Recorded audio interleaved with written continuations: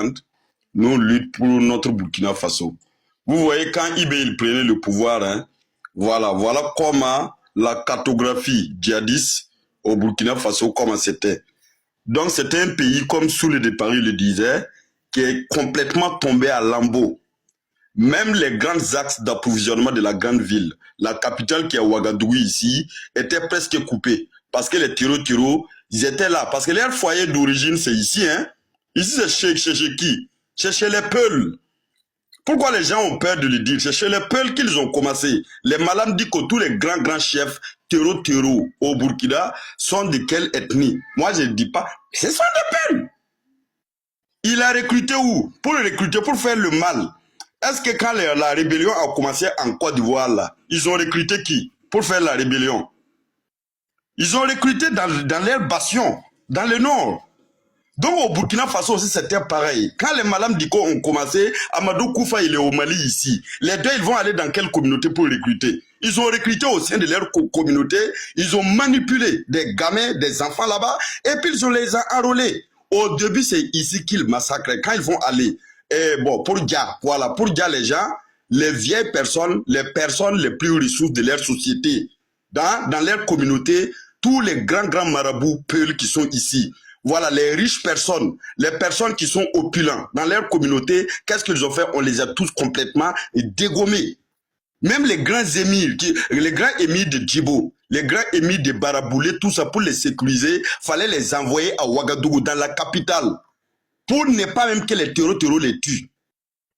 Et voilà dans ce contexte que Ibé il a pris le pays. D'abord, il fallait dégager les axes qui approvisionnent le Burkina Faso. Le Burkina Faso, c'est un pays enclavé. Donc, c'est pour cela que le combat s'est intensifié avec la frontière ivoirienne. Et quand tu parles là, avec la frontière du Ghana, du Togo et du Bénin, les combats que IB a accentués, c'est là. Et en laissant ici un peu, et on protège la ville de Djibo pour que Djibo ne tombe pas. Je vous montre par exemple la ville de Djibo.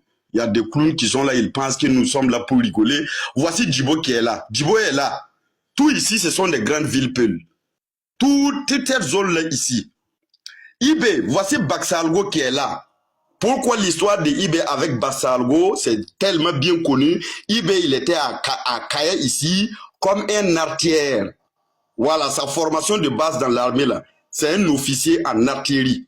Donc, il était là, tous ses troupes et tout, Ibé commandait vers cette zone. Il faisait le combat ici. Et actuellement au Burkina Faso, vous voyez les villes qui sont là comme Djibo, des villes qui sont là, Dori et Bani, toutes ces villes-là qui sont là, pour les approvisionner. Il faut préparer par exemple le terrain. À Ouaga d'abord, il faut commencer à creuser les tombes.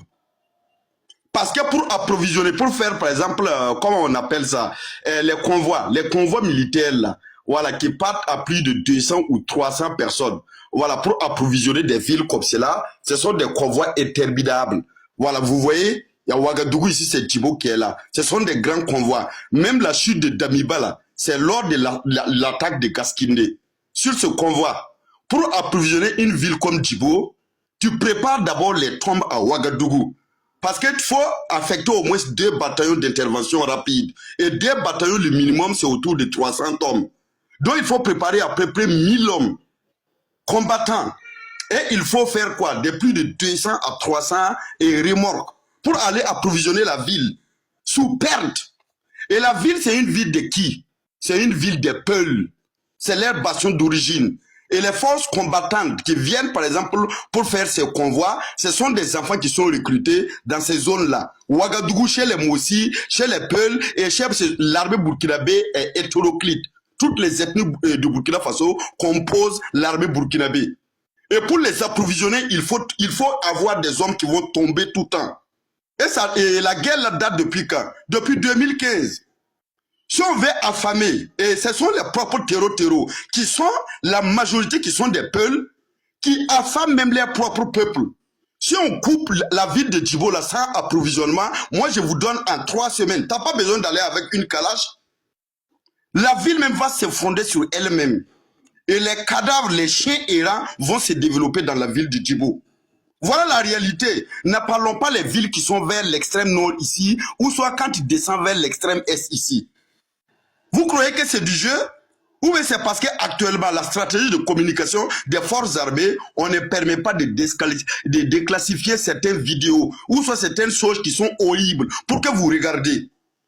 Mais on voit des choses, des VDP qui partent dans la zone là pour libérer. À Solezo, quand ils ont commencé à monter leur manchons et honter là, ils sont allés là-bas, les terreaux, et en même temps leur famille, ils les prennent au sein de leur forêt et puis les gars, ils sont là-bas.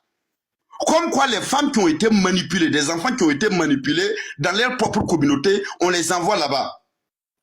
Et par exemple, moi je ne cautionne pas la vidéo, la séquence qui s'est passée là. Mais il faut savoir que ce sont des populations qu'on met en contact. Si à ce contact-là, il y aura toujours des bavures. Et ces bavures-là, il ne faut pas prendre l'arbre qui doit cacher la forêt. Et nous, on vous dit, parce que pour le moment, au Burkina Faso, les gens n'ont pas encore intégré dans leur subconscient comme quoi il faut, par exemple, une guerre interethnique. Si vous les amenez les gens à penser à ça, mais moi, je vous dis, vous n'allez pas sortir gagnant dans cette affaire. Et c'est très dangereux. Et heureusement, le peuple burkinabé, les autres communautés dont vous indexez qui sont en train de massacrer les peuples, les gens n'ont pas cette pensée. Et pourquoi vous évitez toujours de parler de Peul? Tene Brahima, qui est le président et le ministre de la Défense ivoirienne, il a eu à parler au sein du Sénat ivoirien en 2021, en novembre 2021. Qu'est-ce que Tene Brahima dit? Et je ne sais pas comment définir ce genre de personnes parce qu'il ne faudra pas qu'on indexe une ethnie. Mais ce sont des populations peules du Burkina qui font des incursions en Côte d'Ivoire pour essayer de créer des situations. Faites des citations. Vous pouvez aller lire l'article là. Et à cause de ce propos de Tene Brahima, il y a l'association Poulako au Burkina Faso a posé plainte à l'époque contre Tene Brahima. Et là, ça date de 2021. En ce moment, on ne savait même pas si le MPSR même allait venir au pouvoir. Il même ne rêvait même pas de prendre un pouvoir au Burkina Faso. Et c'est la même stratégie. Comme Tene Brahima, la Côte d'Ivoire sait, pour le moment, ils ne sont pas prêts pour confronter. Et la menace djihadiste qui se trouve au niveau de sa frontière, qu'est-ce qu'il faut faire? Toutes les populations peules qui affluent, les terreaux qui affluent vers le Burkina Faso en rentrant en Côte d'Ivoire, il faut faire quoi? Il faut les cantonner. On les cantonne et on affecte des forces armées pour surveiller ce cantonnement. C'est ça qu'en Afrique on appelle des camps de réfugiés. Nous, c'est pourquoi c'est une stratégie militaire qu'il a déployée en Côte d'Ivoire. Donc, c'est la même chose quand le Burkina Faso, à l'époque, avec les Touaregs, avec Iyad Gali, voici Gibril Bassolé. À l'époque, c'était le ministre des Affaires étrangères du Burkina Faso. Tous les Iyad Gali ont des villas à Ouara 2000. À l'époque, là,